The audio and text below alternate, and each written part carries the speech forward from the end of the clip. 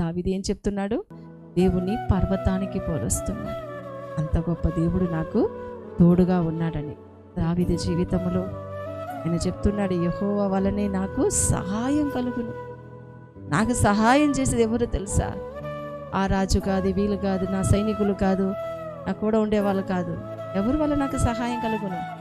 దేవుడి వల్లనే నాకు సహాయం కలుగుతుంది. ఎందుకంటే నా దేవుడు ఆకాశ భూమిని సృష్టించే దేవుడు. ఏ మనిషి వలన భూమి ఆకాశం సృష్టించడానికి అవుతుందా?